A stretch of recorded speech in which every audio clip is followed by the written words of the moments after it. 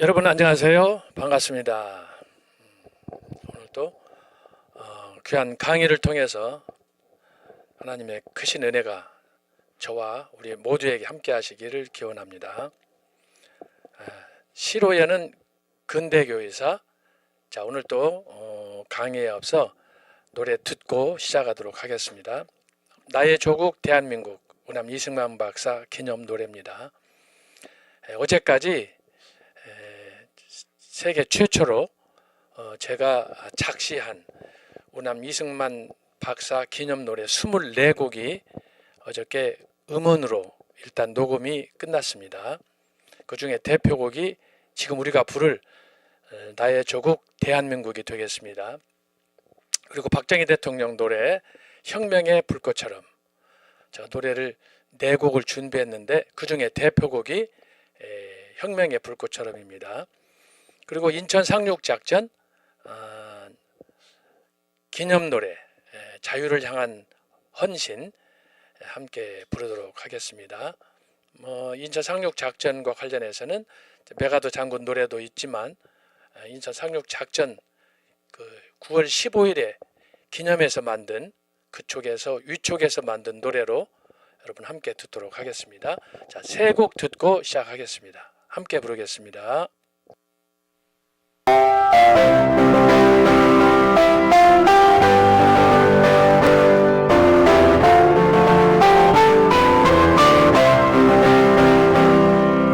애척한 도민족 운명 어깨 메고 열강들의 각축 속에 독립을 이뤘네. 자유민주 시장 경제 동맹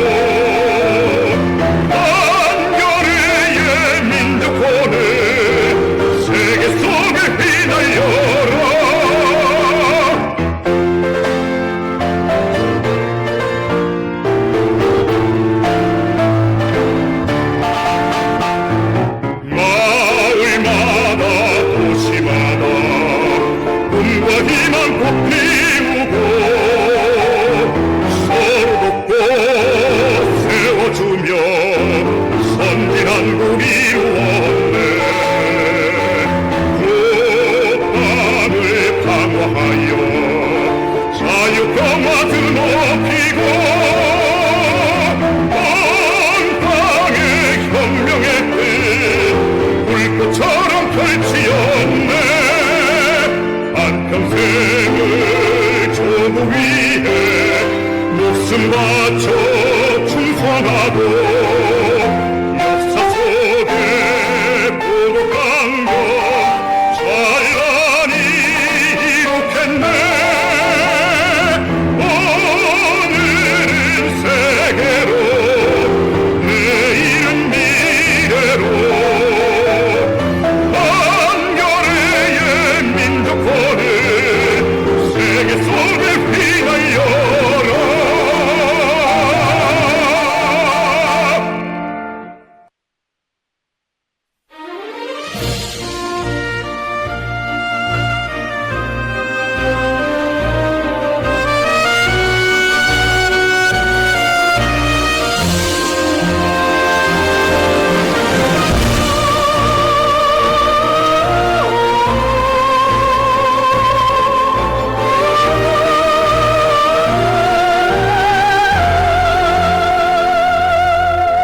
거친 바람 높은 파도 끝없어도 용맹스런 태극 깃발 꺾지 못했네.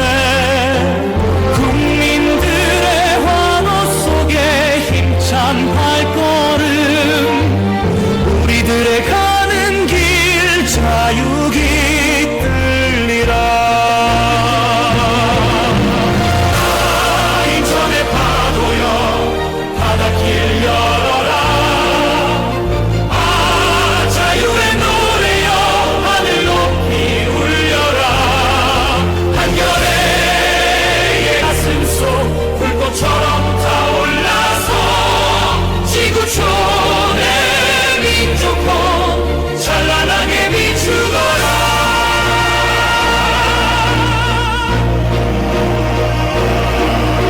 생과 사를 넘나드는 공포의 연장 조국 위에 흘린 피는 강물 되었네. 역사 속에 새긴 사랑 가슴에 품고 승리 함성 통일 꿈꼭 이루리라. 인천의 파도여 바닷길 열어라. 자유의 노래여 하늘 높이 울려라. 한겨레의 가슴속 불꽃처럼 타올라서 지구촌의 민족혼 찬란하게 비추거라.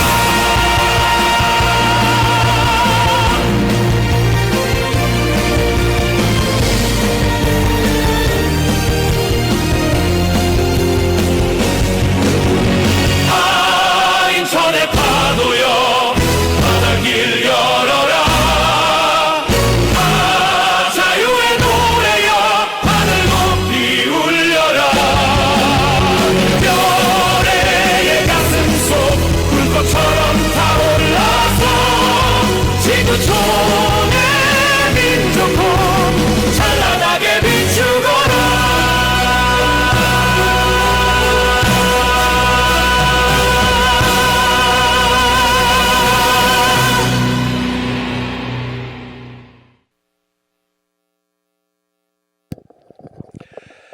예, 여러분 감사합니다.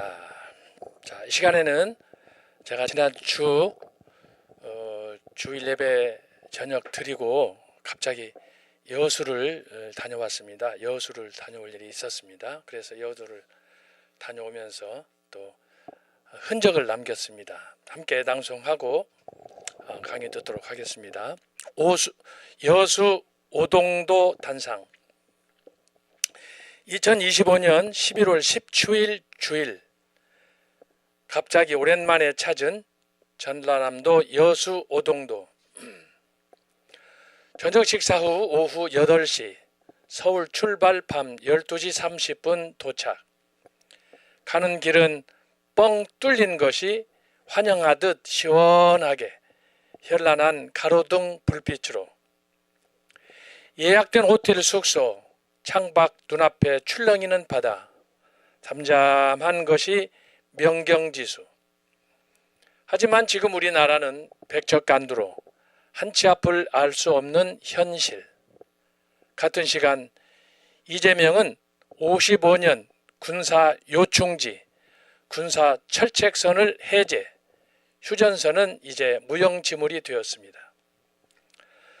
도대체 전쟁을 하자는 건지 아니면 북에 그대로 바치자는 건지 실로 심각한 국가 안보.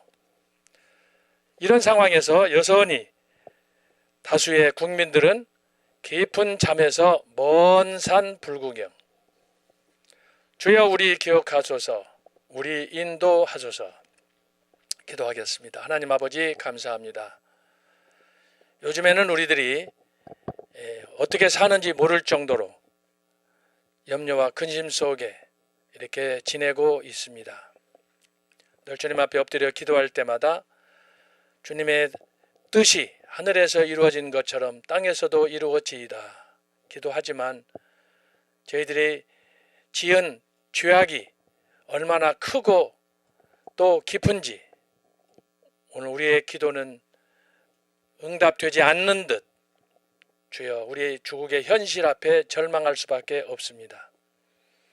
우리의 이 조국을 향한 사랑, 우리의 헌신, 무엇보다도 주님을 우리의 중심에 모시고 엎드려 기도하는 저희들 주여 답답한 마음 금할 길이 없습니다. 어떻게 해야 우리가 이런 염려, 근심, 불안으로부터 자유할 수 있을지 주님께서는 결코 종의 멍에를 매지 말라고 했사오나 우리는 이 무거운 짐들로 견딜 수가 없습니다. 하나님 아버지, 하오나 주님께서 너희 수고하고 무거운 짐진 자들아 다 내게로 오라 내가 너희를 쉬게 하리라 말씀하셨사오니 오늘 주님 앞에 다시 나아가오니 저희들을 불쌍히 여겨주시고 저희들의 기도와 간구를 응답하여 주옵소서. 이제 대한민국 지난 70여 년간 유지되었던 자유민주주의와 시장경제는 사라지고 지금 한미동맹도 매우 위태로운 가운데 민주 아닌 민주의 독재가 진행되고 있습니다. 하나님 아버지, 저희들 한 사람 한 사람 엎드려 간절히 기도하오니 주여 이 나라 이 대한민국을 주께서 구원하여 주시고 우리 아이금 모두가 함께 기뻐하며 하나님께 즐거워할 수 있는 그런 영광의 날을 다시 한번 허락하여 주옵소서. 오늘 오전에는 여의도 국회의사당에서 이승만 박사 유교 40년 1905년부터 1945년 해방까지 또 다큐멘터리 영화도 봤습니다. 정말 가슴이 뭉클하지 않을 수 없습니다. 나라 없는 식민 국가 상태에서 오직 나라의 독립을 위해서 헌신했던 그 일념 하나로 살아왔던 우남 이승만 박사, 그는 정말 하나님께서 예비하신 종이라는 것을 확인하였습니다.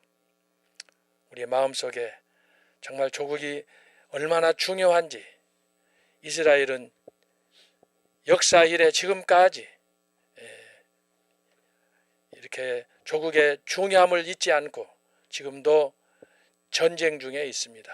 자유라는 것이 얼마나 특별한 선물인지, 그 안에서도 하나님을 예배하는 것이 얼마나 놀라운 특권인지, 선택받은 축복인지 그들은 기억하고 있습니다. 우리들에게도 그런 동일한 믿음 주셔서 하나님만 바라보고 나가게 하시고 결코 포기할 수 없는 이 자유민주주의와 시장경제, 한미동맹, 우남이 건국 당시에 내세웠던 4대 건국 이념으로 돌아가는 우리가 되게 하여 주옵소서. 이번 학교도 이제 몇 주 남지 않았습니다. 그동안에 배운 것들 하나하나 다시 재점검하게 하시고 시간 교수님들을 통해서 주시는 말씀이 우리 마음속에 알곡으로 하나하나 창고에 쌓일 수 있도록 도와주옵소서. 이 시간도 부족한 종 특별히 기억하여 주시고 강의를 듣는 우리 모든 학우들 어디에 있든지 주여 주의 은총 아래 승리하는 복된 하루 주옵소서. 감사하고 예수님의 이름으로 기도합나이다. 아멘. 지난 시간에 우리는 근대 교회의 그 상황을 간단하게 우리가 살펴보았습니다. 강의한 좀 부탁합니다. 아까 3번. 예. 자, 지난 시간에 살폈던 건 뭐냐면은, 자, 성경의 핵심 내용을 그림 1로 제가 표현을 했습니다. 하나님의 계시. 하나님의 계시는 무한대예요. 뭐 흔히 저수지라고 하지만 저수지는 그 갇혀 있는 거 아니겠습니까? 그런데 하나님의 계시는 표현상 우리가 저수지라고 할 수 있지만 하나님의 계시는 무한한 끝없이 솟아오르는 그런 샘물과 같은 것이다. 그런데 그 하나님의 계시가 당신의 선택한 종들을 통해서 여기 도표에 있는 것처럼 2번 성경의 영감으로 기록이 됐다. 그리고 그 성경에 기록된 내용의 핵심 주제가 뭐냐? 그것은 하나님의 나라다. 그 하나님의 나라가 구약과 신약에서 어떻게 나타나느냐? 구약에서는 이스라엘로, 신약은 교회로, 그리고 마지막에 역사의 끝, 그것이 성경에 어떻게 새 예루살렘으로 나타났다라고 하는 겁니다. 도표 2번을 보겠습니다. 자, 도표 2번을 보면, 자, 기독교가 언제 시작이 됐느냐 하면은 예수 그리스도의 부활과 승천으로 시작이 됐습니다. 그 교회는 사도 베드로의 마태복음 16장 16절에 기록한 고백에 기초했습니다. 자, 그래서 여러분 도표 2를 보시면 구약과 신약 천지 창조에서 예수 승천 그렇게 했습니다. 승천과 더불어 교회가 설립이 됐기 때문에. 그 다음에 두 번째가 뭐냐 그러면 초대교회. 초대교회는 자, 지난주에도 썼습니다마는 승천 후 500년이다 라고 했습니다. 이 500년은 특별히 제가 여러분들에게 쉽게 기억하기 위해서 500년으로 자른 겁니다. 그래서 여러분들이 오해하지 않도록 제가 벌써 이거 몇 번 설명했는지 몰라요. 그래서 서유한 교수의 초대교회 500년은 세 가지가 있다. 그걸 기초로 압축해서 만들었다. 첫째가 뭐예요? 정치적으로 로마 제국의 패망. 두 번째는 사상적으로 초대교회를 대표하는 성 어거스틴, 교부의 대표라고 할 수 있는 성 어거스틴이 430년 사망. 세 번째는 그레고리 1세가 590년에 초대 교황으로 이제 임명을 받게 되는데, 그래서 이 세 가지를 종합해서 500년이라고 한 것입니다. 그래서 초대교회는 승천 후, 예수님 승천 후 500년, 그리고 그 이후에 중세는 1000년이다 그랬어요. 중세 1000년과 여러분 초대교회 500년을 비교하면은 여기에는 깊은 그 신학적인 또 여러 가지 면에서 의미가 크다고 할 수가 있겠습니다. 그래서 제가 이것도 뭐 계속해서 강의할 때마다 강조를 했는데, 중세교회의 이 1000년은 초대교회가 이룩게 했던 그 박해를 극복하고 승리한 로마 제국의 국교가 된 그 기독교. 그런데 그 로마 교회가 비록 패망했지만 그 위에 세워진 이 기독교 교회가 중세교회 1000년 동안에 어떻게 됐느냐? 계속해서 그 영양분을 빨아서 마치 교회인 것처럼 위장하고 행세하고, 그것이 바로 중세 로마 가톨릭 교회다. 1000년 동안 유지가 됐습니다. 초대교회하고 중세교회하고 다른 점은 뭐예요? 초대교회는 철저하게 백투더 바이블이라고 그랬죠. 지난주에 하나님의 말씀 성경으로 돌아가는 그 전통을 굳게 잡았다고 한다면, 중세교회는 그것을 위장해서 그것을 가장해 가지고 중세교회는 소위 교회의 머리라고 하는 교황을 앞세우고, 교회가 화려하지만 그 안에서는 생명력을 잃어버린 그런 죽은 교회가 됐다. 그래서 이 죽었다는 것은 다른 표현으로 하면은 결국은 타락한 범죄한 교회가 됐다라고 하는 거예요. 그래서 초대교회에서는 오직 순교 정신으로 살았다고 한다면, 중세 교회는 모든 사람들이 공덕을 쌓아서 자기 힘으로 구원을 받으려고 하는 이것을 교회에서 가르쳤어요. 그러다가 이제 종교 개혁 그다음에 네 번째 보면은 약 50년 동안 진행이 됐다 그랬어요. 종교 개혁. 왜 50년이냐 할 때 그 가로 안에 숫자를 보시면은 여러분 좋습니다. 1517년부터 1572년이에요. 1517년은 뭐냐? 마틴 루터가 종교 개혁을 일으켰던 95개 항의문을 들고 개혁의 봉화를 들었던 시점이라고 한다면 1572년은 종교 개혁의 마지막 그 개혁자 스코틀랜드의 장로교를 설립한 존 낙스가 사망한 해다. 그래서 존 낙스가 운영하면서부터 그 이후의 역사는 이제 근대 현대 교회로 바뀐다라고 하는 거예요. 그 다음에가 이제 근현대 교회인데 저희는 개혁 후 500년 그랬지만 제가 저 시기를 중간을 잘라서 이제 1850년까지가 근대고 1850년 이후 지금까지가 현대다. 제가 이렇게 구분을 하는 거예요. 그것도 이제 그 연대별로 그 교수님들마다 분류하는 그 시점이 좀 다를 수는 있겠지만 제가 저렇게 구분하는 이유도 또 저 나름대로 정리한 제 입장이 있어요.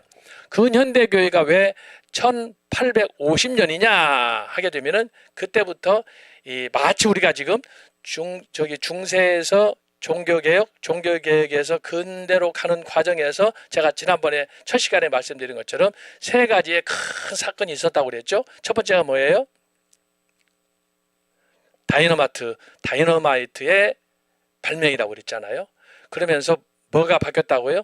그동안에 총 들고 싸웠던 방패 들고 싸웠던 이 전쟁사가 총이 나옴으로 인해서 역사가 바뀌는 거예요. 두 번째는 동시에 총과 다이너마이트와 함께 나왔던 것이 뭐냐? 나침판. 그래서 그 전에는 바다를 항해한다. 그 큰 함선을 만든다. 이건 상상도 못했던 건데 이제 나침판이 나오면서부터 이제 바다를 향한 인류의 욕망이 이제 표출하게 되는 거죠. 지금도 마찬가지예요. 지금도 뭐 미국의 어마어마한 그 핵 잠수함, 뭐 레이건호, 뭐 이런 여러 가지 그 미국의 역대 대통령들의 이름을 따서 이제 그 항공모함을 만들어서 좀 여러 위험 지역에다가 배치하고 그러지 않습니까? 그런 것처럼 이 규모 자체가 바로 이 종교 개혁 직전 중세 교회 말 그 시기에 이게 등장하게 됐다. 또 하나 우리가 주목할 것은 뭐예요? 그때 인쇄술이 이제 발명이 돼 가지고 이제 아주 폭발적으로 소위 그 문화를 주도하는 모든 인류의 역사는 이제 다양하게 각 나라의 문자로 이제 번역이 되면서 이제 계몽이 되고 그러니까 이 변화의 속도가 구약 시대나 신약 시대나 초대교회나 중세 옛날에 생각하는 뭐 500년, 1000년 전하고는 다른 거예요. 인쇄술이 이제 그 발명이 되면서부터 지금은 어떻습니까? 지금은 이제 노트북 컴퓨터가 등장하면서 이건 또 다른 문화로 가는 거예요. 거기다가 지금은 AI가 나왔잖아요. 제가 얼마 전에도 제자 한 분이 AI들 좀 가르쳐줘가 좀 해봤는데, 야 AI 하나만 잘 가지면은 뭐든지 할 수 있어. 그런데 이제 문제는 뭐냐? 그걸 의지하다 보면 사람의 머리는 이제 어두워지고 이제 바보가 되는 거예요. 기계에 이제 빠져들게 되고 어쨌든 뭐 좋은 점도 있지만 그런 위협이 불안감이 우리를 지금 강타하고 있습니다. 하여튼 오늘 여러분 보시면은 그래서 성경의 역사 첫 번째, 두 번째는 기독교의 역사 쭉 이렇게 여러분들이 이해하시면 좋겠어요. 그래서 지난번에 봤듯이 성경의 역사는 그리고 기독교의 역사는 중요한 주제들이 많이 있지만 가장 중요한 건 뭐냐 하면은 태초에 하나님이 천지를 창조하시니라 그 창조 역사가 하나님의 나라를 이 땅에 세우는 것 그래서 뜻이 하늘에서 이루어진 것처럼 땅에서도 이루어지니다 예수님의 그 기도처럼 이것이 우리의 그 역사 속에 이제 우리가 소명을 받은 사람으로서는 이제 성취해야 될 그런 상황이 됐다라고 하는 것을 제가 간단하게 말씀을 드렸습니다. 자, 그리고 나서 쭉 가다 보면 12페이지로 가면은 자, 종교 개혁이 간단하게 제가 조금 더 구체적으로 살폈어요. 12페이지로 가면은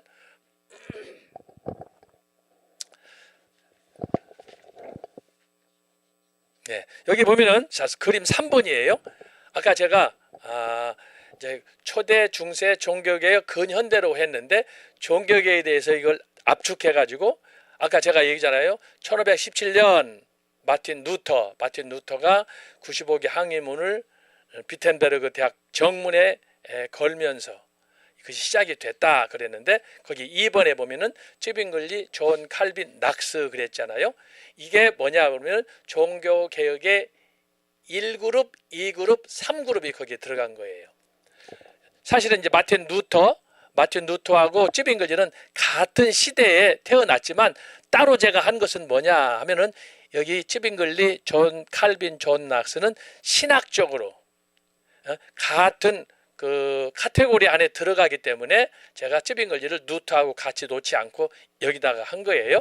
그래서 마틴 루터하고 쯔빙글리는 같은 시기에 태어났지만 신학적인 사상은 너무 달라요. 그래서 결국은 쯔빙글리하고 루터는 우리가 종교개혁사 시간에 찾아봤지만은 화해가 안 됐어요. 두 개혁의 선두였지만 이 두 사람이 싸웠어요.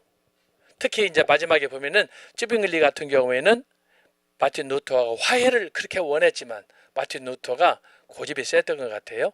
그래서 결국은 끝까지 버텼어요. 그래서 화해가 안 됐는데 결국은 그 차이는 뭐냐? 신학적인 차이 때문에 그렇게 됐다. 그래서 제가 여기 2번에다가 쯔빙글리, 존 칼빈, 존 낙스를 묶은 거예요. 자, 그래서 그 시기적으로 구분하면 마틴 루터하고 쯔빙글리는 1세대예요. 그 다음에 존 칼빈은 2세대예요. 그리고 존 낙스는 종교개혁의 마지막 제3기예요. 그러니까 초기, 중기, 후기로 나누면 되겠어요. 그래서 여러분 종교개혁사를 배울 때도 같이 이렇게 하는 게 아니고 시기에 따라서 연도별에 따라서 활동한 그 학자들이 그 개혁자들이 있다라고 하는 거예요.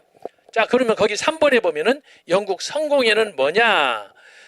유럽에 나타난 종교개혁 중에 좀 특별한 사례예요. 영국 성공회는. 보통 개혁하게 되면 성경을 통해서 개혁자들이 직접 교황청에 맞서서 이렇게 개혁을 주장하고 지난번에도 우리가 여기 썼지만 성경으로 돌아가자. 그래서 오직 말씀, 오직 예수, 오직 구원, 오직 하나님께 영광 이렇게 했는데 영국 성공회는 그런 거하고 좀 달라요. 종교개혁의 이슈가 그거 뭐냐? 당시에 헨리 8세가 영국의 헨리 8세가 자기 사적인 문제예요. 공적인 문제가 아니고 사적인 문제인데 그게 뭐냐? 자기의 첫 번째 부인인 카밀라 그 스페인의 첫 번째 부인이 결혼을 했는데 물론 나이도 한 2살 연상이었지만 결혼을 했는데 아기가 없는 거예요. 물론 그 사이에 여러분 또 유산이 됐어요. 나이가 들어가다 보니까 헨리 8세가 조급증이 생겨서 아들을 빨리 세자로 책봉해야 되는데 이게 이제 불안에 빠진 거죠. 그러다가 결국은 이제 그 헨리 8세가 캐서린을 이제 불법적으로 강제로 이혼해 가지고 그래서 가톨릭하고 그것 때문에 멀어져 가지고 가톨릭에서 이제 거기 독립해서 나온 그 교단이 바로 영국 성공의 앵글리칸이라고 그럽니다. 영국 성공회. 그래서 이 성공회는 사실상 가톨릭하고는 뭐라 그럴까 한 그 우물 안에 거하는 그런 신학적으로 전통적으로 거의 다 같지만 명목상 가톨릭에서 이탈해 가지고 성공이라고 이름을 지어서 나왔는데 그래서 교회 모든 조직이 지금도 형식적으로는 가톨릭이 아니지만 실제로는 가톨릭과 준한 그런 성공의 교단을 특별히 만든 거예요. 그러니까 유럽에서 개신교 빼고는 가톨릭으로부터 독자적으로 독립한 교단은 영국의 성공이에요. 재밌는 건 뭐냐? 지난 한 11월 달이니까 한 2달 전에 지금 현재 영국의 찰스 3세가 이탈리아 로마 교황을 네오 14세를 방문해 가지고 여러분 영국의 찰스 3세하고 그러니까 헨리 8세로 말하면은 한참 손자잖아요. 그런데 찰스하고 이탈리아 로마의 네오 14세가 화해를 했어요. 화해. 몇백 년 만에 화해를 했어요. 그래서 거기서 기념 예배 드리고 했었는데 어쨌든 최근에 그런 이벤트가 발생을 했습니다. 참고로 제가 말씀하는 거예요. 그래서 형식적으로는 화해했기 때문에 이제 그 전에도 교제는 했습니다만 어쨌든 좀 더 그 친목을 다지는 그런 기회가 됐다. 참고로 제가 말씀드리는 거예요. 최근에 2025년 한 8월경 제가 날짜는 다른 데다가 제가 강의용으로 다 준비했습니다만 제가 필요할 때 다음에 한번 특강식으로 이것도 한번 다루도록 하겠습니다. 지금 네오 14세가 금년에 교황 267대로 7대 교황으로 등극하면서 지금 지금까지 없었던 교소들을 막 쏟아내고 있어요. 그래서 가톨릭의 지금 그 전통들이 추기경들이 가톨릭 내부에 있는 성직자들이 지금 요동치고 있습니다. 그래서 이제 그런 부분들이 좀 있어서 네오 14세의 교황 이제 등극과 또 최근에 있었던 그 영국의 찰스 3세와의 그런 화해 이런 것들도 아주 교회사적으로는 빅 이벤트입니다. 한번 참고라고 말씀드리고요. 그 다음에 여기 네 번째 보게 되면은 자 영국 성공의 다음에 네 번째 보면은 독립파 그렇게 되어 있어요. 독립파. 독립파는 여기에 이제 한 두서너 개가 더 들어갑니다. 사실은 회중파 여기 보면은 급진주의 제세례파 이게 다 같은 그룹이라고 할 수 있어요. 이 사람들은 뭐냐 하면은 마틴 루터나 그 앞에 있는 1번, 2번, 3번하고 달리 이 사람들은 독자적으로 자기 나름대로의 별도의 교단을 만들어서 나온 거예요. 그러니까 독립이야. 인디펜던트, 독립. 그래서 이 사람들이 이제 이렇게 주로 여기에 침례교, 그 다음에 회중교회, 뭐 독립파 이렇게 통칭 이렇게 부릅니다만은 그 신학적으로는 큰 차이가 없어요.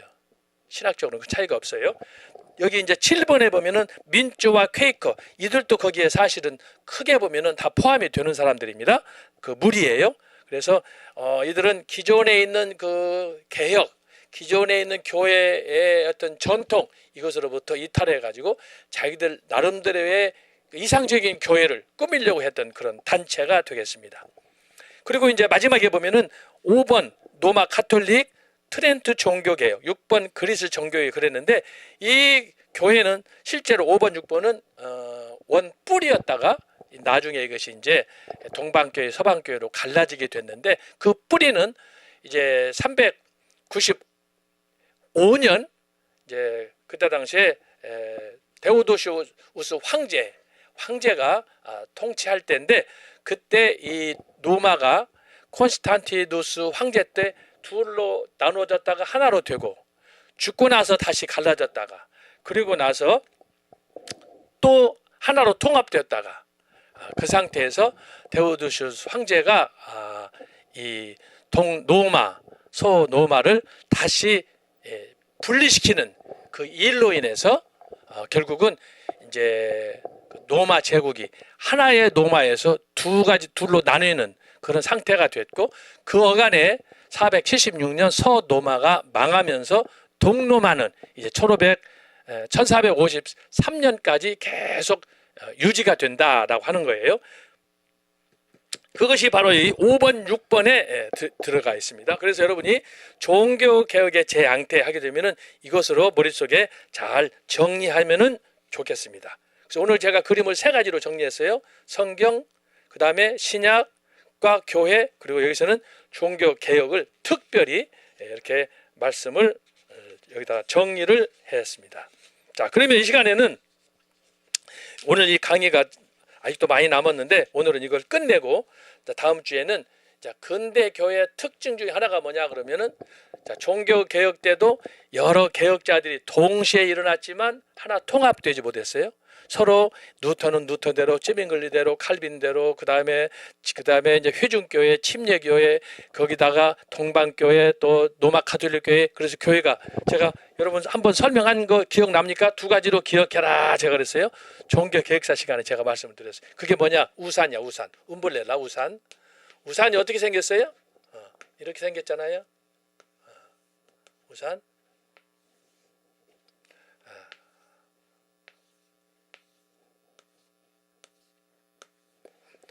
우산처럼 생겼다.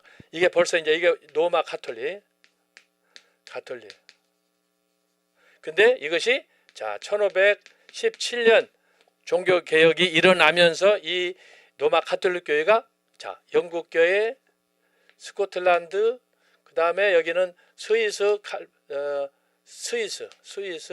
칼빈, 그다음에 여기는 이제 독일 루터 뭐 이렇게 해서 다양하게 그 중에 하나가 뭐냐 하면은 가톨릭. 이렇게 해서 본래는 하나였던 이 중세 로마 가톨릭 교회가 종교개혁 1517년 되면서 이렇게 자꾸 분열한다라고 하는 거예요. 하나는 그래서 여러분 우산으로 기억하시고, 두 번째로 제가 창안한 아이디어예요. 그건 뭐냐 그러면은 무지개예요. 무지개. 레인보우. 무지개예요. 무지개가 이렇게 있어요. 자, 무지개의 색깔이 이렇게 나오죠.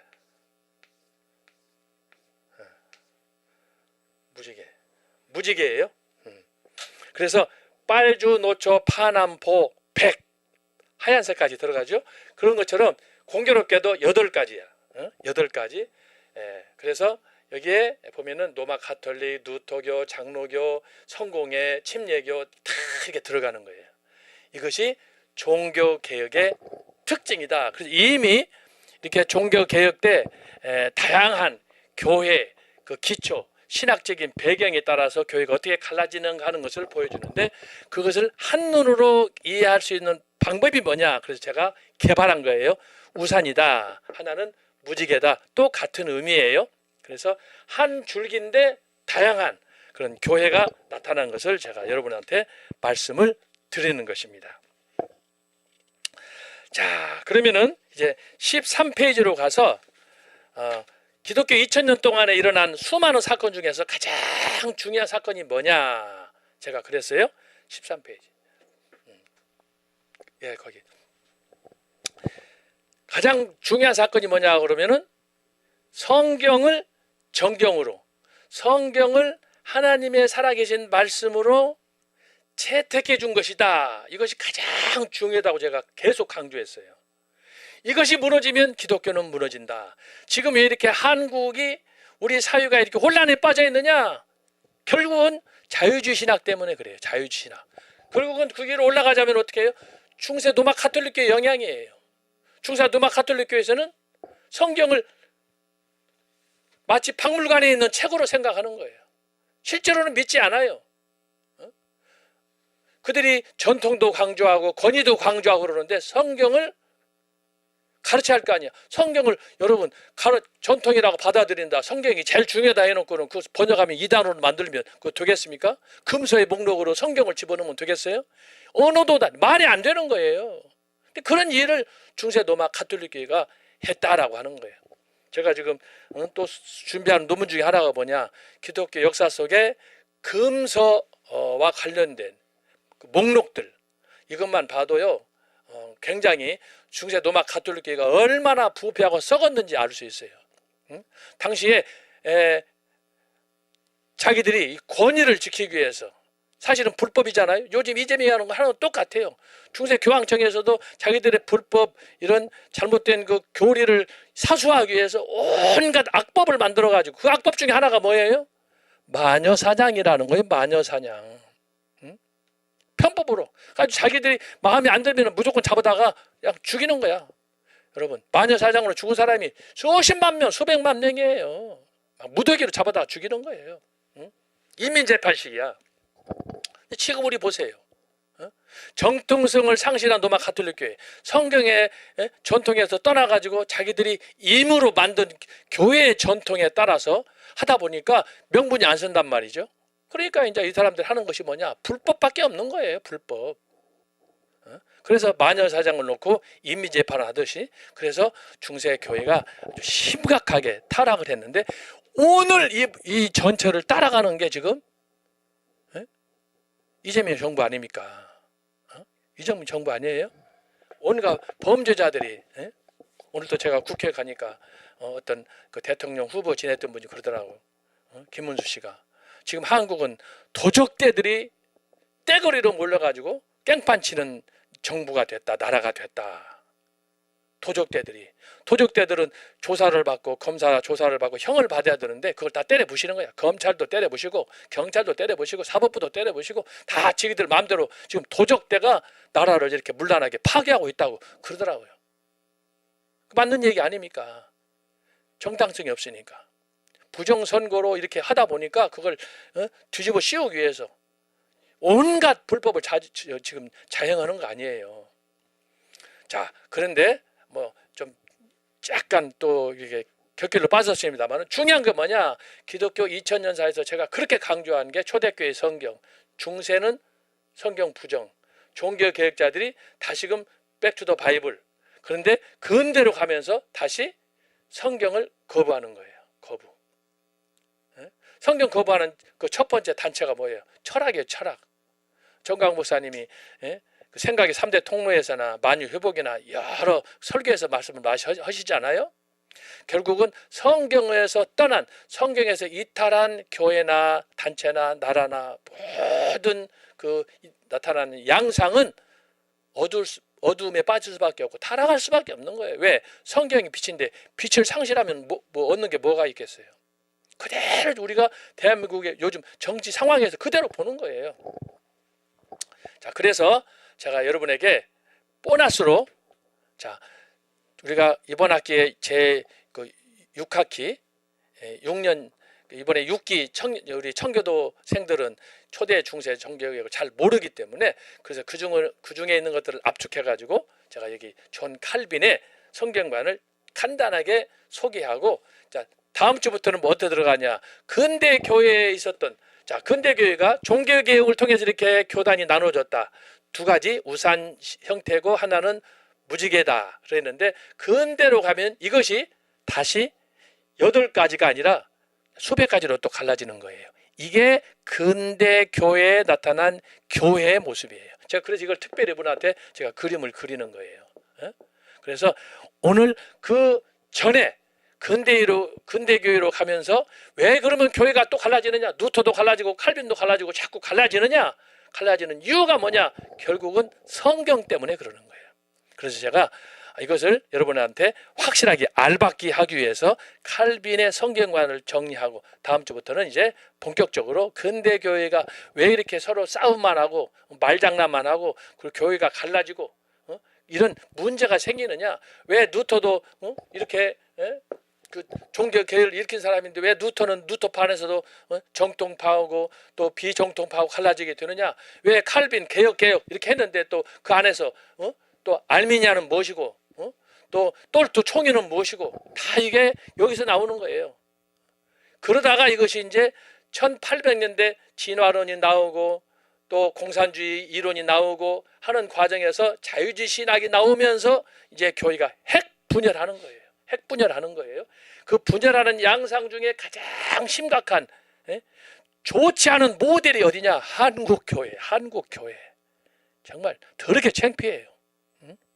하여튼 안 좋은 것만 우리가 다 갖고 있는 거예요. 그래서 여러분 이제 근대로 들어가면서 교회가 이제 아까 말씀드린 것처럼 핵분열하는 양상이 나타나는데, 그 전에 이미 종교 개혁을 통해서 개혁자들을 통해서 교회가 이렇게 우산 형태로 무지개 형태로 이렇게 갈라졌는데, 이때만 해도 그나마 명분이 있었어요. 명분이. 왜? 신학적인 논쟁을 대학자들이 자꾸 벌였기 때문에 그래도 명분이 있었지만, 이것이 이제 근대로 가면서 이게 종교개혁. 근데 여기서부터는 뭐예요? 이게 근대예요.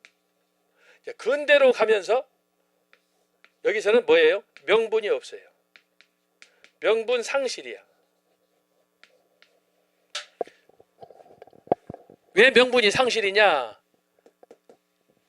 잘못된 터 위에서, 기초 위에서 자꾸 교회가 세워지다 보니까 명분 상실하다 보니까 생기는 건 뭐냐? 이게 이단의 백화점이 됐어요.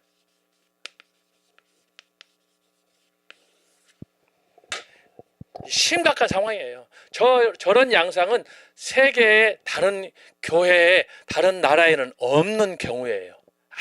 아주 드물게 우리 한국 교회에서만 특별히 독보서처럼 태어난 명분 없는, 거기에 설상가상 이단까지 아주 극성을 부리는 그런 나라가 돼버린 거예요. 그래서 제가 여러분이 얘기했지만 기독교 역사를 잘 이해해야 돼. 어떻게 초대교회 때부터 예수님의 십자가의 죽으심, 그 다음에 3일 만에 부활하심, 그 다음에 하늘로 승천하심, 그 기초로부터 시작된 기독교회가 어떻게 이렇게 초대교회, 중세교회, 종교에 거치면서 발전해 왔는가, 그걸 잘 알아야 이게 이제 여러분의 머릿속에 기억이 되는 거예요.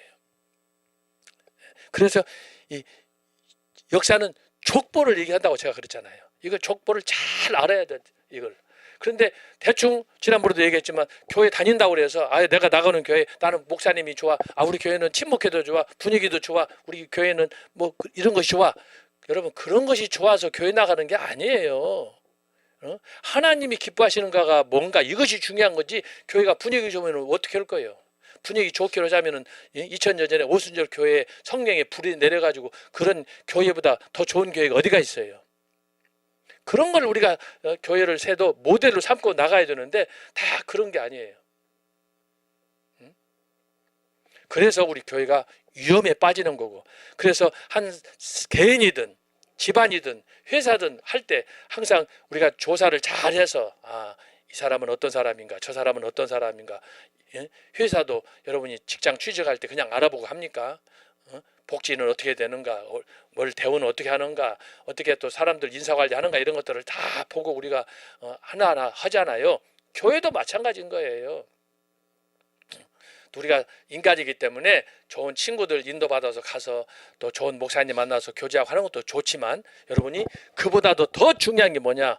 성경을 하나님 말씀으로 바르게 가르치느냐, 거기에 생명이 좌우되는 거예요. 좌우되는 거예요. 그래서 여러분이 그걸 기억하기 위해서 제가 오늘 이것을 빨리 이걸 정리하고 오늘 끝내도록 합니다. 자, 14페이지에 보면은 칼빈의 성경관. 자, 이걸 빨리빨리 읽겠어요. 고찰한 대로 16세기 종교 개혁은 가톨릭으로부터 다양한 교파들을 형성하였습니다. 제가 지금 설명했어요. 다양한 교파. 종교 개혁을 했는데 다양한 교파. 이건 참 이해 안 되죠. 좋은 뜻으로 했는데 그게 뭐냐? 결국은 이 인간의 그 죄성이 개혁자들에게도 피할 수 없는. 예를 들면 제가 아까 누트하고 쯔빙글 얘기하잖아요. 두 사람이 왜 갈라졌느냐? 성찬 논쟁 때문에 갈라졌어요. 누트는 성찬을 우리가 떡을 딱 이렇게 손에 들면, 가톨릭에서는 이것이 주의 몸이다 그러면 기도했어요. 이걸 축성이라고 그래요. 기도를 하면은 가톨릭에서는 이 들고 있는 떡이 살이 되는 거예요. 진짜 살로. 그 다음에 잔을 들고 하게 되면은 이것은 내 피다 그러면 그 포도주가 진짜 피가 되는 거예요. 근데 현실적으로 봐봐요. 여러분 교회에서 성찬식 해봤잖아요. 자, 성찬식을 광화문이든 교회에서든 성찬식을 뗐으면 여러분 기도할 때 목사님이 아멘 하고 그러면 들고 있는 떡이 진짜 예수님의 살이 되고 포도주에 그 성찬 잔에 들어있는 포도주가 예수님의 진짜 피가 됩니까? 안 되잖아요. 떡은 떡이고 살은 살이잖아요. 그런데 로마 가톨릭 교회에서는 그것을 그런 식으로 뻥을 틀었어. 일종의 사기죠. 어떻게 떡인데 그걸 살이라고 그러고 어떻게 그걸 포도주인데 피라고 그럽니까? 이건 사기 아닙니까? 가톨릭 교회가 지금 그런 거예요. 그것을 가리켜서 화채설이라고 그러는 거예요. 그런데 그걸 보고 누터가 뭐라고 그랬어요? 야, 이건 해도 너무하다. 루터가 보니까 개혁자 아니에요. 카톨릭에 있다가 나왔는데 루터가 보니까 자기가 손에 들고 있는 떡이지 살이 아니야. 그런데 손에 든 잔을 보니까 이것도 피가 아니야. 포도주야. 그런데 그것을 자기가 받고 보니까 예수님의 살과 피는 아니지만 그 안에 예수님이 함께한다. 그래서 공제설이 나온 거예요. 자, 떡은 아닌데 예수님이 그 안에 있어요. 포도주 잔에 예수님이 함께 계셔요. 자, 여기에서 이제 문제가 많이 발생하는 거예요. 자, 떡 안에 포도주, 자, 떡, 그 다음에 잔. 이것은 살과 피잖아요. 루터가 기도를 했더니 떡은 살이 아니고 잔도 피가 아닌데 이 떡과 잔은 뭐냐 하면은 예수님이 그것과 함께 있는 거예요. 함께. 어떻게? 예수님이 여기서 함께라고 하는 것은 예수님의 육체로 살과 피는 아니지만 예수님께서 지금 하늘로 승천하시잖아요. 2000년 전에. 근데 그 예수님께서 직접 떡과 잔 안에 예수님이 함께한다라고 하는 거예요. 이것을 가리켜서 공제설이다. 이게 공제설. 자, 화채는 진짜 살이 되고 피가 되는 건데 공제는 살이 되고 피는 아니지만 예수님이 그 안에, 그래서 under the bread, in the bread 이렇게 되는 거예요. 떡이 있으면 예수님이 어디에 있느냐? 여기 아래에 있어. 떡 아래에 있고 예수님이 떡 속에 있고 그 다음에 예수님께서 떡 위에 on the bread야. 그러면은 그 얘기는 뭐냐면은 이 자체가 떡이나 잔이 예수님의 진짜 살과 피는 아니지만 하늘로 승천하신 예수님이 그 안에 계시고 아래에 있으면 결국은 이게 뭐냐? 공제하고 화채는 말만 다르지 똑같다는 얘기예요. 이것을 다른 사자성어로 하자면은 50보 100보라는 얘기예요. 그 말이 그 말이라는 거예요. 이것이 살과 피는 아닌데 그 안에 예수님이 직접 계신다. 육체로 계신다. 육체. 그러면은 뭐예요? 같은 얘기지. 말만 바뀐 거지. 여기에 대해서 지금 찌빙글리가 얘기하는 거예요. 찌빙글리는 뭐냐? 너희들 이거 다 틀렸다는 거야. 천주교도 틀리고 루터도 틀렸다는 거예요. 어떻게 예수님은 지금 하늘로 승천했는데 그 승천하신 예수님이 육체로 떡 속에 잔 속에 있을 수 있느냐? 이건 임파서블이다. 가능하겠어요? 이미 예수님께서 2000년 전에 죽어서 그 다음에 하늘로 승천하시면서 그리고 이 성찬식을 기념하라고 했는데 하늘로 승천하신 예수님께서 그 성찬 이 떡과 잔에 오면은 예수님 몸은 몇 개예요? 하나잖아요. 근데 떡을 교회에서 전체적으로 할 때는 떡이 한 덩어리지만 이것을 자르면은 예수님이 어떻게 들어가는 거예요? 분해시키라는 거예요? 말이 안 되는 거예요. 그래서 찌빙글리가 거기에 대해서 논박을 한 거야. 반대로 다 틀려먹었다는 거예요. 찌빙글리는 뭐냐? 그것을 예수님이 말씀한 게 아니다. 예수님의 뜻은 뭐냐 그러면 내가 너희들에게 여차여차해서 이렇게 가니까 너희들은 내가 하늘로 가지만 나를 잊지 말고 내가 너에게 준 이런 의식을 따라서 기념해라. 그래서 여기서 나온 게 찌빙글리가 기념설이에요. 기념설. 이것은 뭐냐? 성경 말씀대로 문자적으로 해석이야. 문자적. 예수님께서 그랬잖아요. 내가 올 때까지 이것을 기념하라. 그래서 우리가 마치 이제 추도 예배 하는 것처럼 부모님이 나를 사랑하시고 나를 위해서 신앙으로 지켜주시는데 이제 돌아가셨잖아요. 그러면 추도일 때 우리가 어떻게 하는 거예요? 우리가 만약에 가톨릭식이나 루터식으로 하면 예수님이 지금도 어머니 아버지가 안 죽었어요. 기도하면은 예수님 돌아가신 분이 직접 이거 제사에 임하는 거야. 루터도 마찬가지고. 그런 식으로 하지 마라. 그래서 찌빙글리는 그 문자에 있는 것들을 이제 강조점에 따라도 다를 수 있지만 그것을 예수님께서 기념하라. 나를 잊지 말고 메모리하라. 라고 했기 때문에 그것을 문자적으로 받는 거예요. 그래서 이 둘 사이에 루터하고 찌빙글리하고 논쟁이 벌어졌는데 그것이 결국은 화해가 이루어지지 않아서 원수가 됐다 이 말이죠. 제가 그래서 아까 말씀드렸고, 근데 여기에 대해서 이제 칼빈은 뭐냐? 성경을 찌빙글리처럼 틀린 게 아니에요. 문자적으로 너무 이걸 하다 보니까 기독교 신앙은 이 문자적으로도 중요하지만 신학적인 영적 의미가 성경에 나타나는 것이 너무너무 많아요. 그래서 칼빈은 이 찌빙글리의 이 문자적인 기념서를 루터가 말하는 공제설, 이 장단점이 있어요. 루터의 강조점은 뭐냐? 예수님께서 성찬식을 행하실 때 이 떡 안에 있다, 떡 위에 있다라고 하는 것은 뭐냐 하면 그리스도께서 우리를 잊지 않고 우리들의 구속을 생각한다. 그것에 함께 한다는 임재에 여기는 강조를 두었는데 그것이 찌빙글리에게는 위험하다고 판단하는 거죠. 왜?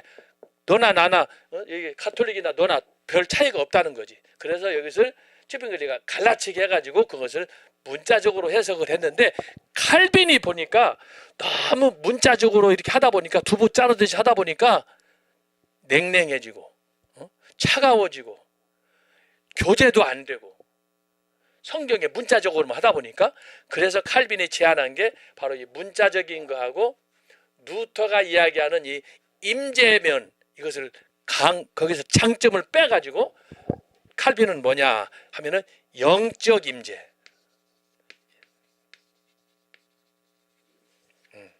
그래서 찌빙글리도 강조하고 루터도 강조하고 두 사람의 장점을 따서 그래서 칼빈은 영적 임재, 임재라고 하는 건 뭐냐?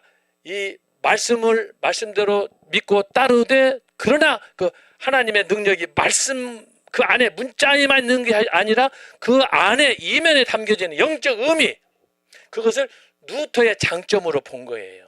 그래서 이 두 가지를 잘 정리해서 칼빈이 바로 이 영적 임재설이라고 이거 그 신학적으로 한 용어를 만들었는데 이게 이제 저희 종교 개혁 당시에 이 문제가 아주 첨예하게 충돌을 했는데 결국은 이 이론을 스코틀랜드의 존 낙수도 수용하고 청교도도 수용하고 나중에 다 수용한단 말이죠.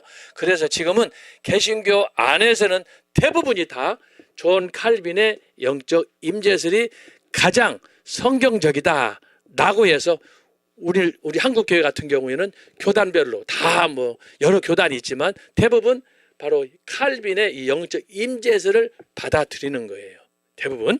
자, 그걸 여기서 이야기하는 거예요. 그래서 여기 보면은 자, 16세기 종교개혁은 가톨릭으로부터 다양한 교파들을 형성했다. 맞아요. 아까 제가 두 가지 설명했잖아요. 음블렐라, 우산, 레인보우, 무지개.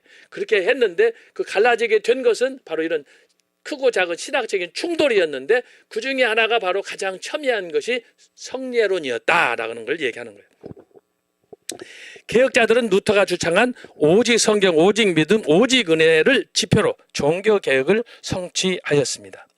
이는 단순히 영감으로 기록된 성경과 성경 해석뿐 아니라 모든 기독교 신앙과 관련하여 종교개혁자들을 로마 가톨릭과 구분하는 표지가 되었습니다.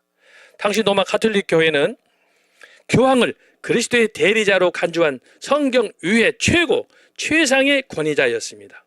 혹 성경 해석과 적용에 문제가 발생할 경우에는 교황의 판단이 결정적이었습니다. 그래서 이거에 대해서 루터 같은 경우는 굉장히 강력하게 로마 가톨릭 교회가 교회 안에다가 벽을 쌓았다는 거예요. 그 벽 쌓은 첫 번째가 뭐냐? 성경은 교황만이 해석한다. 루터가 뭐라고 그랬어요? 성경 어디에 교황만이 성경 해석하라고 그러냐? 이런 말도 안 되는 소리 하지 마라. 그래서 루터가 성경을 해석하고 설교하기 시작한 거예요. 그래서 성경 번역을 시도한 거예요. 가톨릭에 맞서서. 그래서 이거 굉장히 중요합니다. 그래서 성경 해석이 어떻게 교황하게만 독점적으로 할 수 있냐? 이거 가지고 로마 교회가 1000년 동안을 성도들을 교회를 유린한 거예요. 유린. 교황이 이 권위를 가지고.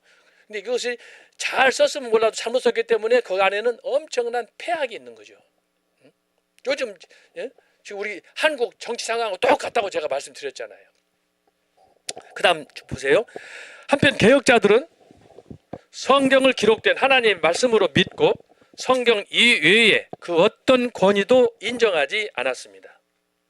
그들에게 성경은 교황과 기독교 전통 혹은 다른 어떤 것도 대신할 수 없는 최고의 권위였으며 또한 다른 모든 것을 평가하는 유일무이한 표준이었습니다. 그래서 제가 지금 계속 강조하는 게 그잖아요. 성경이 아니면 우리 기독교는 무너진다. 지금 우리 교회 한국교회가 사는 것도 이단을 때려부시는 것도 애국 모든 것도 성경을 잡고 성경으로 돌아가지 않으면 안 돼요. 하나님이 돕지 않아요. 성경과 함께 하면 성령 하나님이 우리를 돕단 말이에요.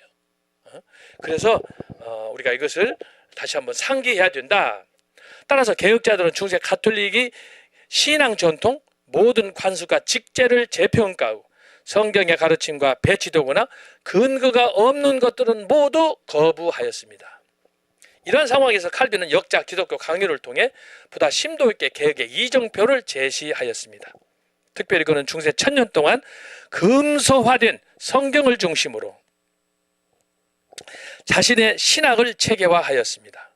그에게 성경은 한편 하나님의 주권과 영광, 다른 한편 죄인의 구원과 영원한 생명, 궁극적으로 하나님의 나라를 건설하기 위한 유일무이한 책이었습니다. 그래서 제가 지금 강조하는 것들은 잘 보세요. 자, 성경과 하나님의 나라, 여기 나오잖아요. 하나님의 나라. 이것이 핵심이에요. 창세기부터 계시록까지 모세부터 사도 요한이 기록한 책, 구약, 신약 모든 성경의 핵심의 주제는 뭐냐? 하나님의 나라예요. 그래서 요한계시록에 보면은 마지막에 성부 하나님께서 성자 예수님에게 하나님 나라의 보좌를 맡게, 보좌, 통치권을 주는 거예요. 그래서 성경은 왜 하나님께서 태초에 천지를 창조하시느냐, 왜 태초에 하나님이 천지를 창조하셨느냐, 말씀으로 창조하셨느냐, 그 창조의 핵심은 궁극적으로 하나님의 나라에 있다라고 하는 거예요. 그래서 이 하나님의 나라 개념을 우리가 잘 이해를 해야 되고, 이 나라이기 때문에 우리가 다시 말하면 국민, 나라는 국민이잖아요. 국민이 뭐예요? 백성. 백성. 그래서 성경에 하나님의 나라 백성이 되려면, 국민 백성이 되려면 어떻게 해야 되느냐?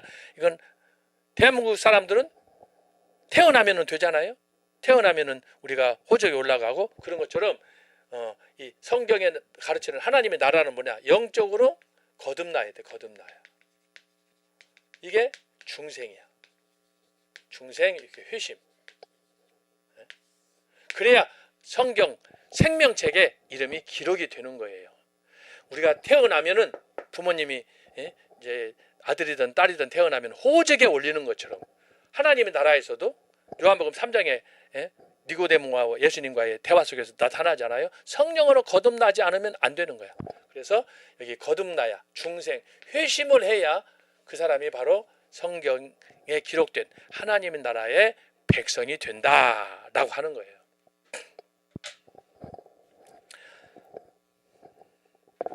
자, 그에게 성경은 한편 하나님의 주권과 영광, 다른 한편 죄인의 구원과 영원한 생명, 궁극적으로 하나님 나라 건설을 위한 유일무이한 책이었다. 성경이 얼마나 중요하냐라고 하는 거예요. 그래서 칼빈 하게 되면은 오직 성경의 사람, 그렇게 이해하면 좋다. 자, 그가 말하는 성경의 필요성입니다. 자, 1번이에요. 말씀의 이해와 안경의 역할. 칼빈은 무엇보다도 인간이 자신의 구원을 위해 성경이 절대적으로 필요하다고 하였습니다. 자, 1번이에요. 1번. 그에 의하면 인간은 그 어떤 종교들, 소위 그들이 만들어낸 종교로부터 자신을 구원할 수가 없습니다. 따라서 인간의 구원을 위해서는 성경이 절대적으로 필요한 것입니다. 칼빈은 성경이 다른 책들과 달리 참되고 유일하신 하나님을 위한 길을 마련하기 위하여 과거의 이교도들이 신으로 떠받들던 모든 존재들을 거짓된 것으로 규정하였습니다. 여기에는 모든 종교가 다 들어가요. 그리고 이교도들의 신과의 구별을 위해 하나님은 이스라엘의 시온산에 친히 임재하시며 이 밖에 그 어디서도 그분의 임재는 없고 오직 시온산에만 그분을 아는 지식이 계속 확장될 것을 가르친다고 하였습니다. 그 이유는 오직 믿음으로 모든 세계가 하나님의 말씀으로 지어진 줄을 우리가 알기 때문입니다. 그 아래는 이제 인간의 타락이 아담으로의 범죄로부터 어떻게 왔는가 하는 것들을 우리에게 가르쳐주고 있습니다. 여러분들이 그걸 참고하시면 좋겠어요. 그 아래는 여러분 교환을 참고하시고 그 다음 페이지 15페이지 가면은 성경의 영감과 권위로 가겠어요. 자, 제가 이것은 지난 학기에도 특강으로 내가 했는데 여러분 요약해서 올렸어요. 우리 특별히 6기생을 위해서 잘 보세요. 성경의 영감과 권위, 칼빈은 중세 로마 가톨릭 교회가 주장하는 교회의 전통과 권위에 맞서 하나님의 말씀, 성경의 중요성을 강조하였습니다. 그에 의하면 사람이 하나님의 말씀을 말씀으로 인정한다면 혹 상식이나 인간성이 없는 사람이 아닌 이상 어느 누구도 감히 말씀하시는 그분의 신빙성을 비난할 만큼 오만하지 않는다고 하였습니다. 그러나 날마다 말씀이 하늘로부터 주어지지는 않습니다. 그러므로 하나님께서는 그의 진리를 오직 성경을 기록하심으로 영원히 기억하게 하셨습니다. 따라서 우리가 성경을 하늘로부터 온 것으로 여길 때 비로소 신자들이 성경의 완전한 권위를 인정하게 된다고 하였습니다. 그러나 당시 로마 가톨릭 교회는 오직 교회 동의에 의해 성경의 권위를 인정하였습니다. 자, 여기서 중요한 부분이에요. 자, 교회 동의란 뭐냐라고 하는 거예요. 자, 교회 동의. 자, 교회의 동의. 자, 여기에 성경이 있어요. 성경. 성경은 뭐라 그랬어요? 하나님의 말씀 그랬는데 중세 로마 가톨릭 교회가 동의를 해야 된다. 이거 그러면은 성경이 하나님 말씀이라고 그랬어요. 교회가 동의를 하지 않으면 성경은 하나님 말씀이 아닌 거예요. 자, 이게 굉장히 중요한 거예요. 자, 여러분 여기서 뭘 발견했어요? 결국은 뭐냐? 교회의 동의, 교회의 권위가 어디에? 성경 위에 있는 거예요. 성경 위에. 중세 로마 가톨릭 교회는 성경보다도 교회의 전통을 위에다 두었어요. 교회가. 그런데 여러분 여기서 말이 안 되는 게 교회는 저희 태생 자체가 어디서부터 왔느냐? 예수님의 말씀과 성경에서부터 왔어요. 그렇죠? 제가 그래서 강조하는 게 뭐예요? 성경이 없으면 교회도 없다. 미래도 없다. 다 우리가 그 존재 자체를 부정할 수밖에 없는 거예요. 성경이 없으면 다 무너지는 거예요. 그런데 그 모든 것을 반대로 하면은 성경이 있어야 모든 것이 교회다, 전통이나 우리의 구원이나 미래나 이런 것들이 다 쓰는데 그래서 성경이 나를 판단해야 돼요. 성경이 어떻게 해요?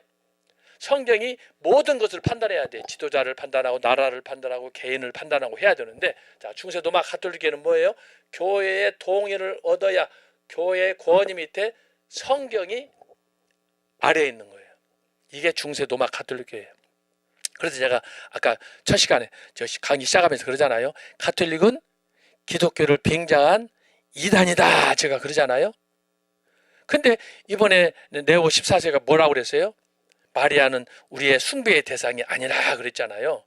이거 가톨릭 교황으로서는 이단적인 얘기예요. 교회 주인으로서 지금까지 1000년 이상 동안 믿어왔는데 교황이 그걸 교서를 하면서 그걸 부정했다. 그러면 어떻게 되겠어요?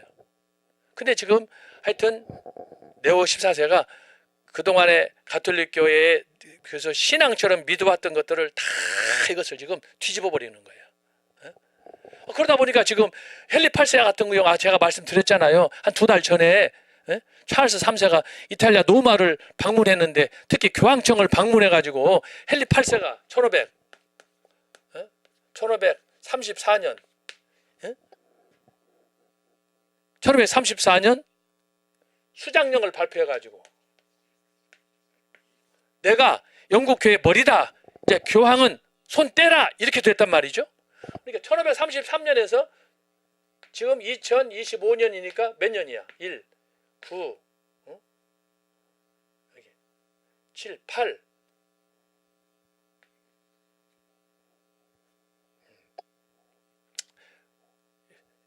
9에서 5, 491년.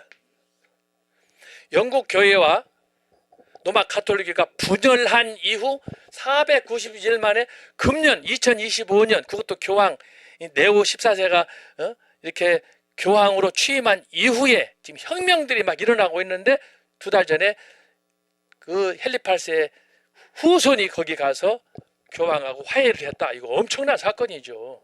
그것이 491년 만에 나타났다라고 하는 거예요.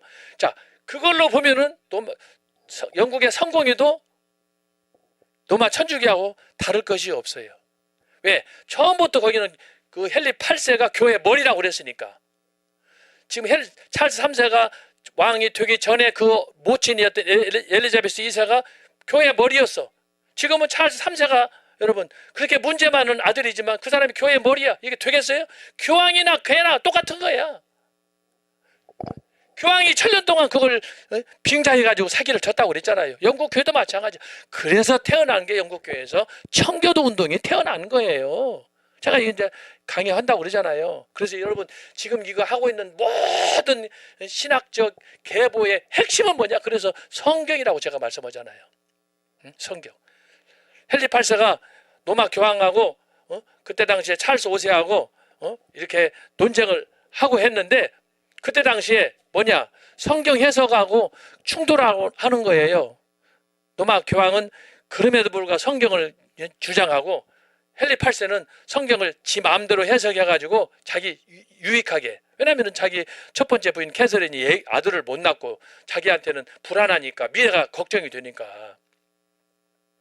그래서 결국은 강제로 자기 개인적인 욕망을 위해서 이혼을 하잖아요. 그러고 나서 한 사람만 그런 게 아니야. 그 이후로 공적으로 결혼한 사람만 6사람이에요. 왕비가 6. 지금 이재명이는 몇 명이나 된다고 그래요? 수를 알지 못한다고 그러잖아요. 뭐 그 안에 지금 삼김씨가 있다고 그러잖아요. 김혜경, 김현지, 김부선, 지금 거기다가 그 사람들만 있겠어요? 지금 이건요, 있을 수 없는 일이 지금 벌어지는 거예요. 그러니까 지금 중세 교회 말종, 현대 교회 말종을 지금 우리나라에서 보는 거예요. 그래도 그 사람들은 그래도 조금 우리 한국적인 실제보다는 좀 나은 건 뭐냐? 그 사람들은 그래도 성경에 기초했다, 어떻게 하나님을 두려워하는지 그렇게 믿고 사는 사람들이었는데, 지금은 어때요? 하나님 믿는 사람들이 없어요. 뭐 그 중에는 어떤 사람은 안수 집사도 있다가 뭐 이렇게 교회에서 봉사도 한다고 그러는데, 그 사람들은 성경을 믿지 않는 사람들이에요. 그냥 거칠이에요. 선고형이에요. 그래서 여기서 중요한 게 바로 그걸 얘기하는 거예요. 여기서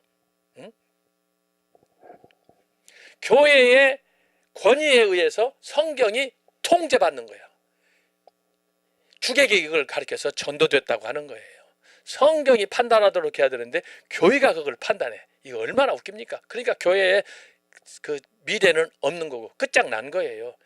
그래서 그 마지막 때 하나님께서 루터를 통해서 종교개혁자를 통해서 종교개혁이 일어날 수밖에 없었다라는 것을 제가 계속 강조하는 거예요. 그래서 오늘은 바로 그 절정에 있었던 개혁자 존 칼빈의 신학, 핵심적인 신학 중에 성경관을 살펴보는 거예요. 이것이 앞으로 오늘 우리가 살고 있는 2025년 현재까지라도 그대로 영향을 미치고 있어요. 지금 한국계의 문제가 뭐냐? 보수와 진보예요. 보수와 진보 자유주의야. 계속해서. 이것은 둘이는 타협할 수가 없어요. 정치적으로는 지금 국민의힘하고 민주당이에요. 근데 민주당만 있습니까? 거기는 뭐 혁신당에다가 완전 좌빨 그 새끼들이 한둘입니까? 막 여기저기 진추고 있잖아요. 노려보고 있잖아요. 하여튼 뭐 지금 민주당도 어제 그제 상황을 보면은 민주당도 조만간 이제 뭐 투표권 때문에 이재명이는 당원한테 투표권을 많이 줬는데 정청래는 싹 없애버리고 투표 1인 1표제로 간다고 그러잖아요. 그래가지고 다음에 지금 이제 내년 6월 지방선거 때 공천을 주려고 할 때 정청래는 자기 사람을 심으려고 그러고 이재명이는 또 자기 사람 심으려고 그러고, 그래서 지금 명청 지금 내전이 발생했다고 지금 그러잖아요. 여러 사람들이 그래요. 민주당이 갈라진대요. 그래서 이제 피 터지는 상황이고, 만약 이런 상황에서 오늘 아침에 신문에 자유일보에 나온 기사예요. 톱 기사예요. 만약에 정청래가 대장동 특검하자 그러면 끝나버린다는 거예요. 지금 극과 극으로 지금 치닫고 있어요. 이런 상황이 우리 한국인데 이 상황을 지금 여기서 보는 거야. 칼빈, 루터, 종교기 그 당시 500년 전의 역사를 보는 거예요. 그래서 역사는 그런 의미에서 반복한다라고 하는 거예요. 똑같이는 아니에요. 나라도 다르고 사람도 다르지만 유사한 사건이 500년 전에 일어났는데 지금 이 사건이 한국에서 일어났는데 사람도 다르고 배경도 다르고 나라도 다르고 다 다르잖아요. 그런데 상황은 매우 유사하다라고 하는 거예요. 그런 면에서 역사는 반복한다라고 하는 거예요. 여러분들이 그렇게 이해를 하시면 좋겠어요.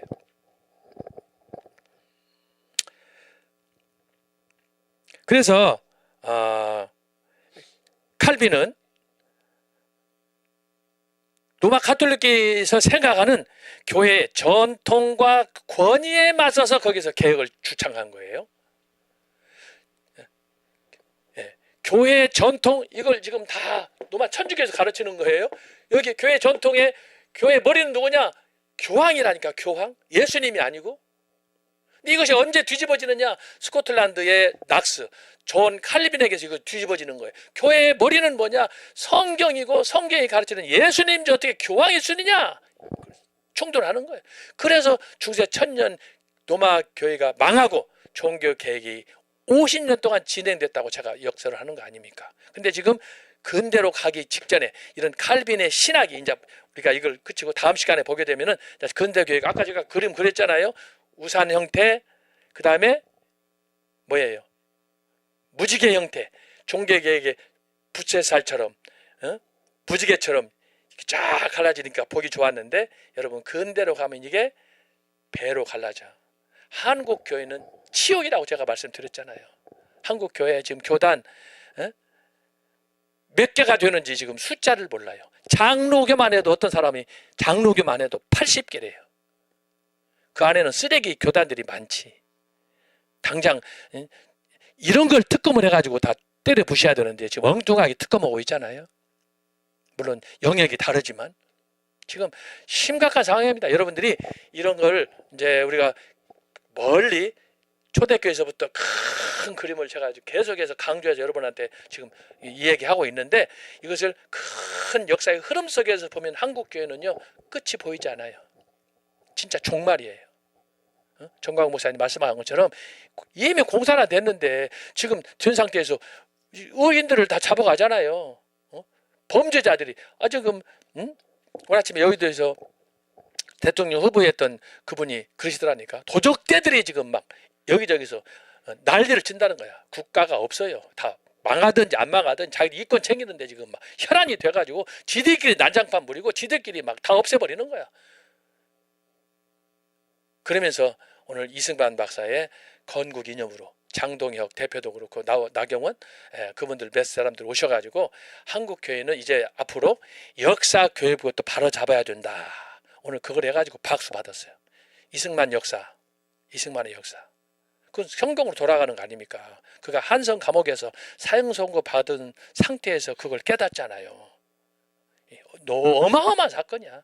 그래서 오늘 이승만의 외교 40년 그걸 여의도 국회 그 대회의실에서 오늘 그 상영을 했는데, 저는 강의 때문에 조금 일찍 나와서 다는 못 봤어요. 1944년 해방 직전까지 보고 저는 바로 강의 때문에 왔는데, 어쨌든 사람들이 많이 와서 막 환호가 터지고 그랬어요. 어떻게 나라도 없이 주권도 없이 돈도 없이, 이승만 박사 같은 경우에는 나라가 없으니까 여권도 없어요. 근데 어떻게 해서 그렇게 스위스를 가고 세계 여행을 하고 대통령 만나고 프랭클린 루즈벨트를 만나고 이야 대단한 사람. 그거 오늘 그 역사가 오늘 외교 40년사에 나왔어요. 근데 너무 압축해가지고 좀 아쉬운 건 있었어요. 그 1시간 안에 다 담아야 되니까. 그렇긴 해도 핵심적인 것들, 프란체스카 여사 만나서 결혼해서 이제 한 거, 참 그게 어떤 면에서 역사의 전기라고 저는 생각도 해요. 우남과 프란체스카 여사의 만남, 이것도 범상치 않은 그 만남 아닙니까? 어쨌든 그래서 여기서 중요한 것은 바로 그런 문제가 여기에 있다. 로마 가톨릭 교회 전통 권위로부터 이것을 벗어나는 일이 중요하다. 그래서 칼빈이 그것을 여기서 계속해서 강조하고 있습니다. 성경 아니면은 누가 우리의 양심을 점검합니까? 이재명이 합니까? 아니에요. 우리는 말씀을 읽어보고 말씀을 듣고 설교를 통해서 듣고 했기 때문에 그래도 우리 마음속에는 작은 바람만 흔들려도 이것은 하나님이 나를 향한 경고인가 나를 향한 축복인가 오늘 알잖아요. 오늘도 점심 먹는데 여러분들 여자 그 권사님들인지 전사님들이 모르겠는데 한 대여섯 명이 식탁 위에 앉아서 어젯밤에 꿈꾼 이야기 뭐 이런 얘기들을 서로 주고받는 걸 봤어요. 그게 왜 그렇습니까? 우리는 은혜를 받았기 때문에 하나님의 성령이 우리 마음에 있기 때문에 그런 얘기를 하면은 관심 있어서 서로 듣고 대화가 된다는 말이죠. 그러나 죽은 나무한테 이렇게 이런 사람들한테 가가지고 얘기해봐야 우리는 핀잔만 먹고 아무것도 안 돼요. 싸움만 하고 열만 받지. 그런 상태에서 여러분 이것을 잘 한번 읽어보시기 바라고 16페이지로 가면 3번 제목만 읽겠어요.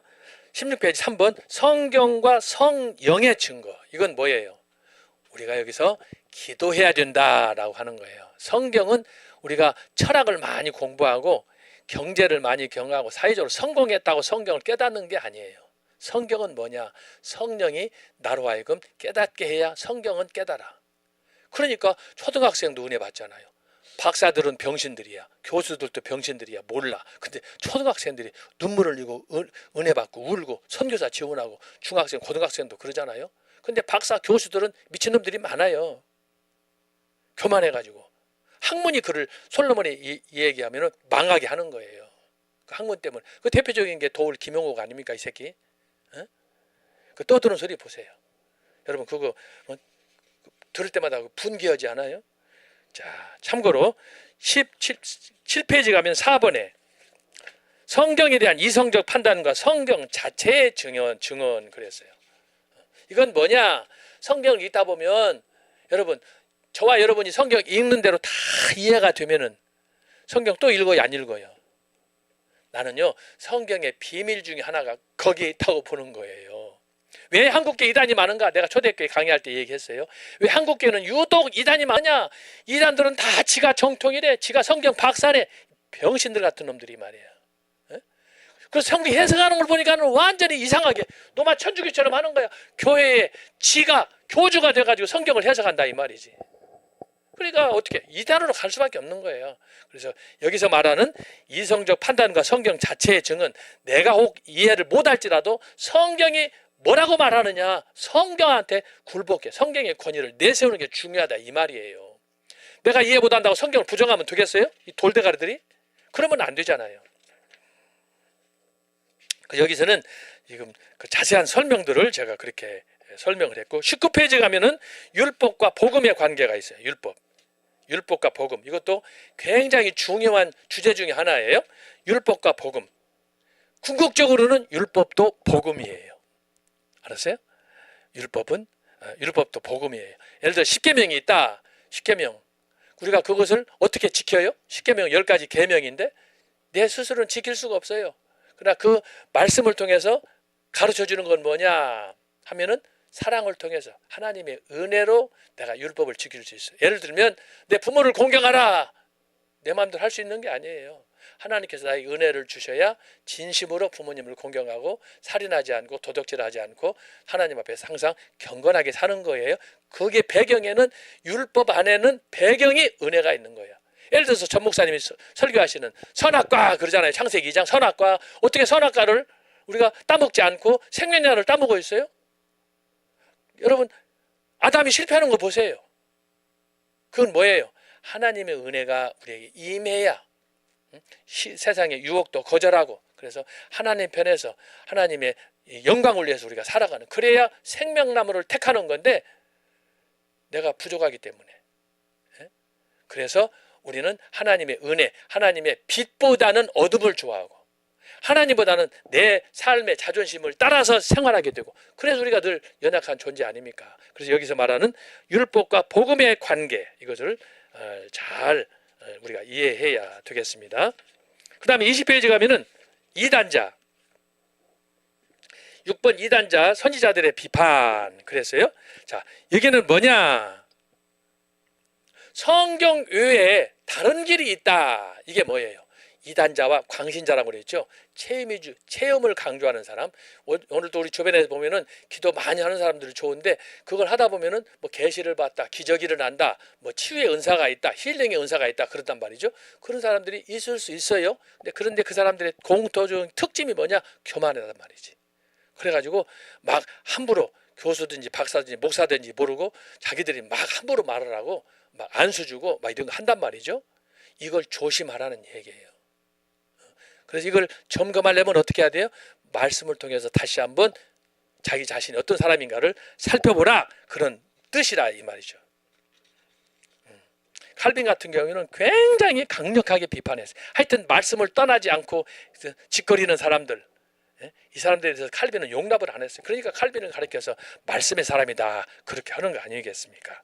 자, 20번 7번입니다. 7번 보면은 칼빈 이후 개혁신학의 전개 그랬어요. 자, 이것이 이제 뭐냐? 본격적으로 근대 교회가 시작되는 거예요. 근대 교회가. 그래서 이걸 여기까지 오기 위해서 우리가 역사란 무엇인가, 근대 교회에 나타났던 몇 가지 특징들을 지금까지 쭉 찾아본 거예요. 자, 근대 교회의 특징들을 여러분들이 이제 보시면 여기에 여러 많은 특징들이 나타나요. 21페이지로 갑니다. 21페이지. 21페이지로 가면은 첫 번째 나타난 특징 중 하나가 뭐냐면 영국의 청교도야. 청교도. 우리가 볼 거예요. 그 위에. 네, 거기. 자, 역사적으로 17세기 영국의 청교도 혁명은 칼빈의 영향 아래 18세기 미국의 독립혁명, 프랑스 혁명이 촉매제가 되었어요. 그 아래는 이제 칼빈 이후에 나타난 기독교 역사를 내가 여기다 간단하게 쓴 거예요. 간단하게 썼어요. 그래서 이제 우리가 이것을 앞으로 살펴볼 것이다. 그 밑 아랫줄을 보면은 이후 작성된 여러 고백서들, 예를 들면 1560년 낙스의 신앙 고백서, 1566년 제2차 수의서 신앙 고백서, 이게 이제 이것이 나오면서 교단이 분열하는 거예요. 그 신앙 고백서가 나왔다는 건 뭐냐? 교회의 정통성을 입증해 주는 거예요. 그러다 보니까 그것이 장점도 있었지만 이것 때문에 서로 이제 라이벌 관계가 형성이 되면서 교회 간의 영적 싸움이 시작되는 거죠. 그래서 교회가 막 갈라지기 시작하는 거예요. 그러니까 지금도 여러분 보세요. 이단들 보면은 이단들이 심지어 신천지 같은 경우는 자기들이 우리 교회가 자기들 핍박한다는 거예요. 이단이. 기가 막히잖아요. 그런 현상이 바로 이때 이제 점차 나타나기 시작한다. 그래서 교회의 전통도 무너지고 그냥 자기 하고 싶은 대로 다 해버리는, 그게 이제 종교개혁의 성경의 권위가 깨어지면서 등장하는 첫 번째 징조다. 이게 근대교 현상이다라고 하는 거예요. 그래서 아까 종교개혁 때 8가지 무지개, 레인보우, 그 다음에 음블렐라 우산 형태의 갈라짐이 근대로 가면은 핵분열하듯 촤촤촤 갈라지는 거예요. 이게 오늘 한국교회 비극이 됐다. 그러다 보니까 자유주의들이 콧대가 세가지고 자유주의인지 불신인지 이교주의인지 누구도 분별할 수 없는 상황에 한국교회가 직면했다. 정치적으로 종교적으로 우리 한국교회는 지금 이상 위험한 때가 없었다.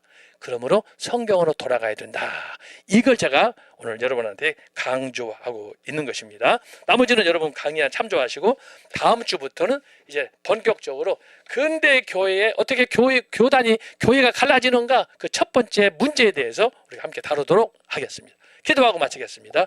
하나님 아버지 감사합니다. 오늘도 이렇게 근대 교회의 역사 시작하는 그 과정에 어떻게 한 시대를 마무리하고 또 한 시대를 열었는가 하는 그 관점에서 존 칼빈의 성경과를 다시 한번 간략하게 재음미하였습니다.